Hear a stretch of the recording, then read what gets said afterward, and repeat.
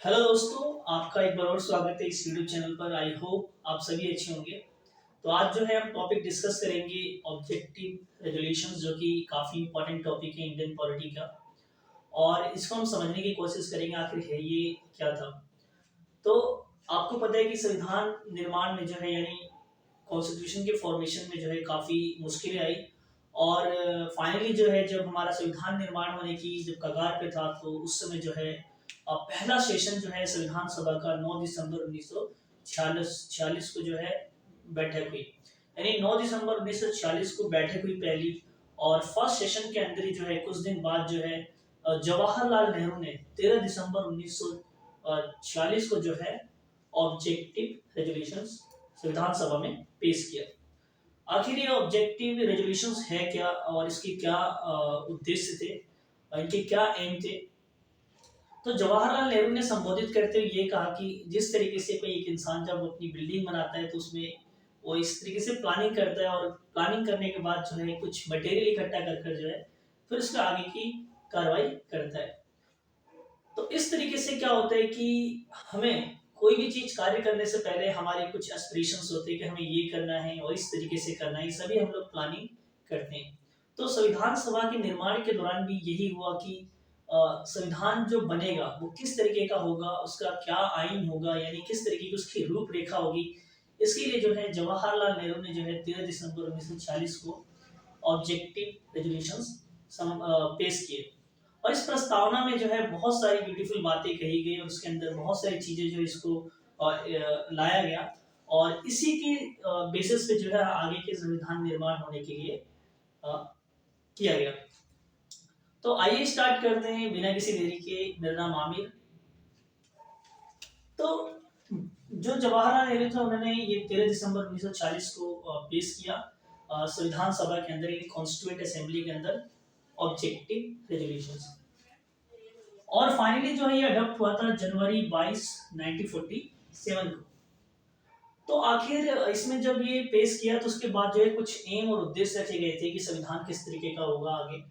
तो पहला जो था उसके अंदर, India is a independent sovereign और रिपब्लिक, यानी इंडिया कैसा होना चाहिए, इंडिपेंडेंट है, सॉवरेन है और रिपब्लिक। सॉवरेन इंडिपेंडेंट मतलब कि एक आजाद, किसी के कब्जे में नहीं है।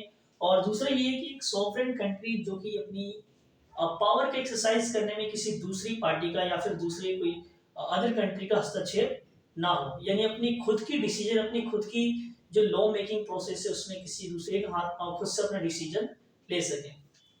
रिपब्लिक मीन्स यही है कि ऐसा कंट्री जो मोनार्की नहीं है, यानी किसी राजा रानी में यहाँ पे वो नहीं होगा। यानी ऐसा कंट्री होगा जिसमें कि हेड ऑफ दी जो स्टेट होगा वो क्या होगा, इलेक्टेड होगा by the member of parliamentary union.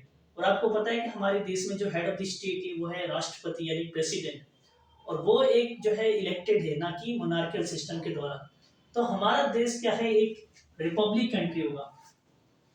साथ में इसके बाद जो है ये बात भी कहा गया कि India should be a union. और यूनियन किसका होगा, वो जैसे फॉर्मर ब्रिटिश इंडियन टेरिटरी, जो फॉर्मर ब्रिटिश के इंडियन टेरिटरी वो, उसके बाद जो है इंडियन स्टेट जो प्रेजेंटली हैं, और साथ में additional areas outside outside of British India, and Indian state that choose to join union.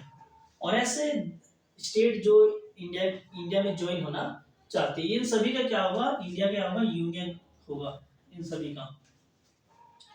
साथ में जो है इस ऑब्जेक्टिव रेजोल्यूशंस के अंदर जो है काफी इंपॉर्टेंट बातें इसके अलावा भी कही गई थी। आपको पता है कि जो बैकवर्ड क्लासेस होंगे, जो माइनॉरिटी क्लासेस होंगे, उनका भी प्रोटेक्शन होना बहुत जरूरी है। तभी जो है एक अच्छा संविधान और एक बेहतर संविधान बन सकता है। तो इस ऑब्जेक्टिव रेजोल्यूशन के अंदर जो है कुछ ग्रांटेड किए गए थे, जो है जैसे कि social economic and political fairness. साथ में जो है उसके साथ जो है इक्वल अपॉर्चुनिटी दिया गया था, सभी इक्वलिटी ऑफ अपॉर्चुनिटी की बात की गई। उसके बाद equality before law and basic freedom.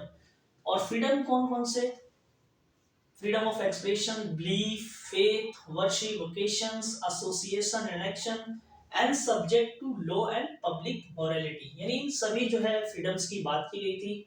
साथ में जो है जैसे मैंने बताया कि वेल प्रोटेक्टेड होना चाहिए, और वो क्लास जो काफ़ी पिछड़े हैं, काफ़ी बैकवर्ड है, जैसे कि minorities, backwards, tribal communities and poor and other disadvantaged group, यानी इन सभी को जो है वेल प्रोटेक्शन मिलना चाहिए जो संविधान बनेगा।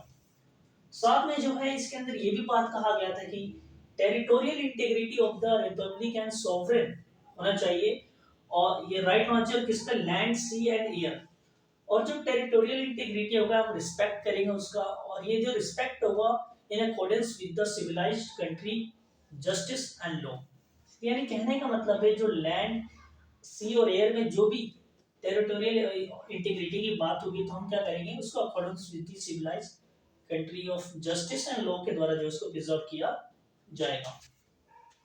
साथ में जो है इंडियन की कॉन्स्टिट्यूशन के अंदर केवल जब देश का निर्माण होगा तो हम क्या करेंगे, वर्ल्ड पीस प्रोसेस में भी काफी योगदान देंगे। जैसे कि उन्होंने ये भी बात उसमें मेंशन की कि contribution in the promotion of world peace, यानी इंडिया क्या करेगा, कंट्रीब्यूशन करेगा किसके अंदर, वर्ल्ड पीस के अंदर, और साथ में वेलफेयर ऑफ मैनकाइंड, यानी वेलफेयर ऑफ मैनकाइंड, यानी सभी चीजों को जो है ऑब्जेक्टिव रेजोल्यूशंस के अंदर मेंशंस किया गया, और आगे के जो संविधान निर्माण होगा उसके लिए जो है इस तरीके से उसकी रूपरेखा बनाई गई।